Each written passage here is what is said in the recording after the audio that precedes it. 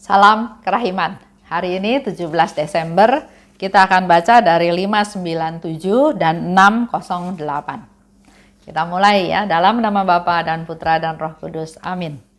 597. Pada suatu hari sesudah misa, aku tiba-tiba melihat Bapa pengakuanku merayakan misa di gereja Santo Mikael, di depan gambar Bunda Allah. Waktu itu sampai pada persiapan persembahan, aku melihat bayi Yesus menempel padanya seolah-olah melarikan diri dari sesuatu dan mencari perlindungan kepada ibunya. Tetapi ketika sampai pada komuni kudus, ia menghilang seperti biasa. Tiba-tiba aku melihat Bunda Kudus yang melindungi dia dengan mantelnya dan berkata, "Jangan takut putraku."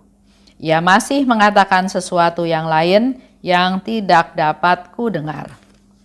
608, 2 Februari 1936. Pada pagi hari ketika bel membangunkan, aku sedemikian dikuasai oleh rasa kantuk yang tidak dapat kuusir, sehingga aku melompat ke dalam air dingin, dan sesudah 2 menit rasa kantuk itu lenyap. Ketika aku datang untuk meditasi, seonggok pikiran yang kacau mengerubuti kepalaku. Sedemikian banyak sehingga aku harus bergulat selama seluruh acara meditasi. Hal yang sama terjadi selama aku berdoa. Tetapi ketika misa mulai, suatu keheningan dan sukacita yang luar biasa memenuhi hatiku. Baru kemudian aku melihat Bunda tersuci bersama bayi Yesus dan orang tua yang kudus berdiri di belakang mereka. Bunda tersuci berkata kepadaku, "Inilah hartaku yang paling bernilai," dan ia menyodorkan bayi Yesus kepadaku. Ketika aku menerima bayi Yesus dengan tanganku, Bunda Allah dan Santo Yusuf menghilang. Aku ditinggalkan sendirian bersama bayi Yesus. 597. Sesudah misa, aku melihat ya. Melihat di sini bukan melihat secara fisik, tapi dia ada penglihatan. Bapak pengakuanku yaitu Pastor Sopotsko merayakan misa di gereja Santo Mikael. Itu ada di Vilnius, di hadapan gambar Bunda Allah. Sampai pada persiapan persembahan, Suster Faustina melihat bayi Yesus menempel pada Bunda Maria seolah melarikan diri dari sesuatu dan mencari perlindungan. Anak kecil ya, kalau mengalami sesuatu ketakutan, pasti dia cari mamahnya, pasti dia berlindung di balik mamahnya, pasti dia mencari perlindungan dan pasti dia mencari ibunya yang pasti dia yakin akan melindungi dia. Hal ini pun bisa kita lakukan. Kita sebagai anak-anaknya Maria, kita boleh datang padanya, kita minta perlindungannya, minta kasihnya, minta pelukannya, minta doanya. Ya, kita bisa datang pada Bunda Maria. Sampai komuni kudus. Jadi itu penglihatan yang dilihat oleh Suster Faustina sebelum persembahan. Dan sampai pada komuni kudus, ia menghilang seperti biasa. Gambaran bayi Yesus itu menghilang seperti biasa. Karena pada waktu mau komuni kudus dia sudah jadi hosti, dikurbankan untuk kita semua. Tiba-tiba Suster Faustina melihat Bunda Kudus yang melindungi dia dengan mantelnya dan berkata, melihat Bunda Maria melindungi Yesus dengan mantelnya ya. Dan berkata, karena bayi Yesus, kanak-kanak Yesus itu bayi kecil yang gak berdaya, yang gak bisa apa-apa. Dia hanya satu kebutuhannya yaitu perlindungan. Dan dikatakan oleh Bunda Maria, jangan takut putraku. Kata-kata ini pun berlaku buat kita semua. Kalau kita tahu Bunda Maria itu adalah ibu kita semua yang diberikan oleh Yesus untuk kita, maka Bunda Maria bisa berkata juga pada kita semua, jangan takut putraku. Contoh dalam masa sekarang ini ya, banyak kekhawatiran, banyak ketakutan. Baru beberapa hari yang lalu, tante saya dari luar kota ya, dari Jawa Tengah, call saya. Dia bilang, waduh, Jawa Tengah lagi luar biasa COVID-nya ya. Memang sehari sebelumnya saya lihat di TV, laporannya itu terjadi lonjakan yang positif itu yang paling tinggi, 6.000 lebih. Dan 2 daerah yang memberikan kontribusi yang paling banyak, yaitu Jawa Tengah dan Jakarta. Dan tante saya ini ada di Jawa Tengah. Waduh, luar biasa. Dia bilang tetangga dia kena COVID. Sebelah rumah dia kena COVID. Jadi kayaknya udah semakin dekat ya, semakin dekat dengan kehidupan kita sehari-hari. Jadi saya bilang, tante kalau gitu di rumah aja. Dia bilang, nggak bisa juga. Kalau kita sekian bulan di rumah aja juga banyak yang stres. Jadi dia bilang dia tetap berusaha untuk menyegarkan tubuh dia. Dia pagi-pagi pergi ke taman, dia senam-senam, dia menghirup udara segar. Tapi tetap ya, protokol kesehatan dia lakukan dengan pakai masker, berjemur, dan seterusnya. Jadi memang dalam masa sekarang ini banyak sekali orang yang mengalami stres, bahkan sampai ke depresi dengan situasi yang terjadi. Mungkin menurut saya dia nggak bisa menyesuaikan diri ya dengan keadaan yang ada. Nah, inilah saatnya kita datang pada Bunda Maria, minta pertolongan Bunda, minta pertolongan Ibu dari kita-kita semua, karena ibulah yang paling tahu kesulitan anaknya. Dan anak ini bisa bercerita, bisa banyak yang bisa diceritakan kepada Bunda Maria secara terus terang sampai sedetail-detailnya, nggak usah takut. Kita cerita kepada ibu kita sendiri. Kembali lagi, masa yang nggak tentu, nggak pasti. Ini udah hampir 1 tahun ya. Dengan penghasilan yang nggak jelas, mungkin sudah tidak punya penghasilan, dengan adanya PHK dan belum tahu kesananya. Apakah mudah cari pekerjaan lagi? Apakah ada yang akan memberi pekerjaan? Bagaimana kehidupan kesananya? Belum permasalahan untuk anak-anak. Baru berapa hari yang lalu juga saya dengar ya, ada anak yang bunuh diri. Hanya karena dia nggak bisa ikuti pelajaran dengan sistem online. Nah, inilah perlu perhatian dari orang tua. Pada waktu di rumah saja perhatikanlah anggota keluarga masing-masing. Jangan sibuk sendiri-sendiri di luar. Jangan fokus ke diri sendiri. Waduh, saya stres, saya nggak bisa ini, saya nggak bisa itu. Jangan. Coba ini saatnya kita memperhatikan anggota keluarga kita. Jadi ada satu pesan hari ini dari Bunda Maria. Jangan takut, putraku. 608 itu terjadi 2 Februari 1936. Pada pagi hari, bel membangunkan dia ya, tapi Suster Faustina bilang dia dikuasai rasa kantuk yang luar biasa. Wajar ya, kita juga pernah mengalami hal tersebut. Kita mau bangun pagi, kita punya rencana nyalain alarm, tapi yang terjadi alarm dimatiin lagi dan tidur lagi karena masih ngantuk. Di sini Suster Faustina memberikan satu contoh, harus lawan rasa kantuk itu. Jangan memanjakan diri. Dengan cara apa? Dengan cara dia nyemplung ke air dingin, dikatakan ya, masuk ke dalam air dingin selama 2 menit supaya rasa kantuknya hilang. Saya kalau nyetir mobil juga, kalau siang-siang, kalau keluar kota ya, datang tuh rasa kantuk itu datang. Apa yang harus dihadapi? Apa yang harus dilakukan? Pejet-pejet tangan ya, pukul-pukul, nyanyi-nyanyi, tapi kantuknya bisa terus datang. Solusi yang saya lakukan adalah saya minta teman saya telepon saya. Ya.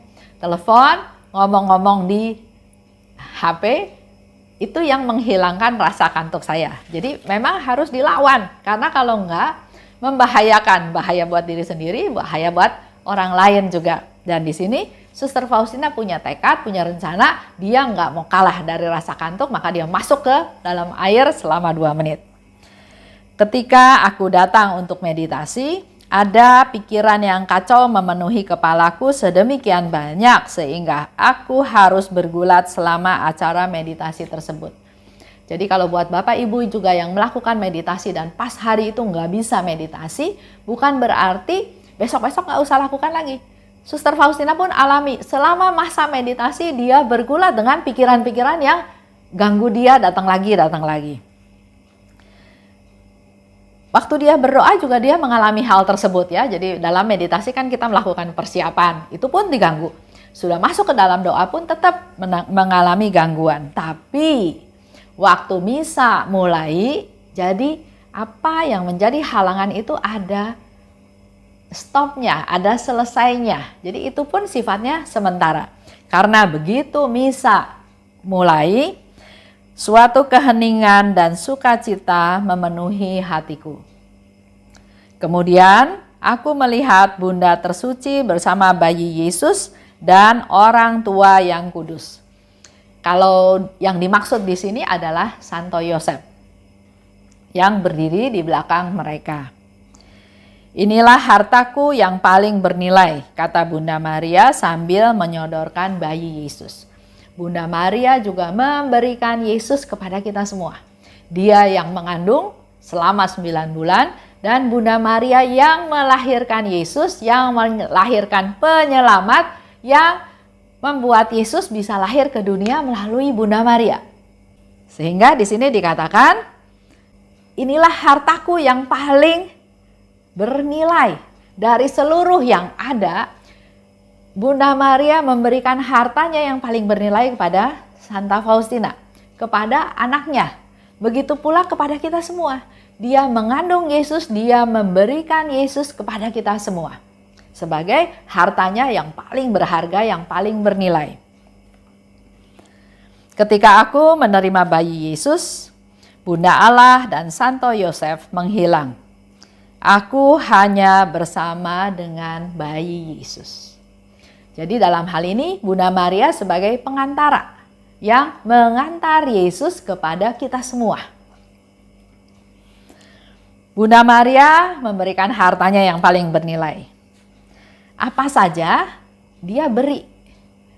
Kita ya sebagai ibu, atau saya juga punya ibu, kita semua punya ibu. Pasti ibu itu punya sifat yang ingin membahagiakan anak-anaknya. Dia punya apa aja dia berikan kepada anaknya. Biar saya nggak punya, asal anak saya punya. Ya. Jadi dalam hal ini Bunda Maria juga memberikan contoh kepada kita semua ibu-ibu. Kasihilah anakmu, berikanlah yang bernilai, yang berharga, yang paling baik kepada anak-anakmu. Dia berikan yang terbaik. Kalau kita kepada Bunda Maria, kita datang padanya, kita minta dan dia pasti berikan. Dan kalau saya sudah menerima harta yang paling bernilai yang diberikan oleh Bunda Maria, yaitu Yesus Kristus, maka kita nggak perlu khawatir hal lainnya. Kita nggak perlu takut, nggak perlu mempermasalahkan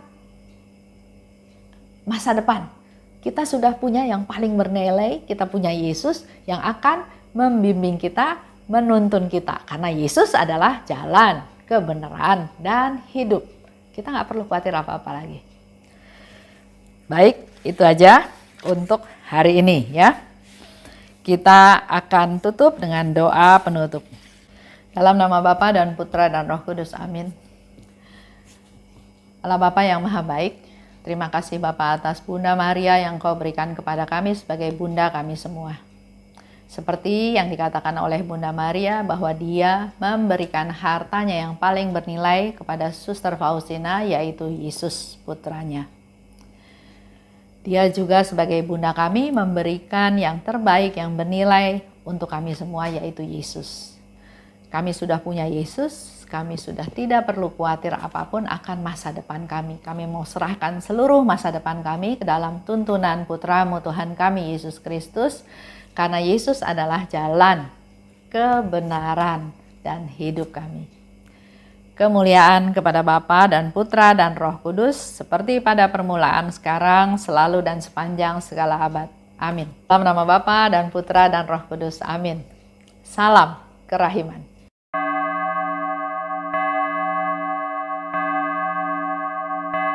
Hatiku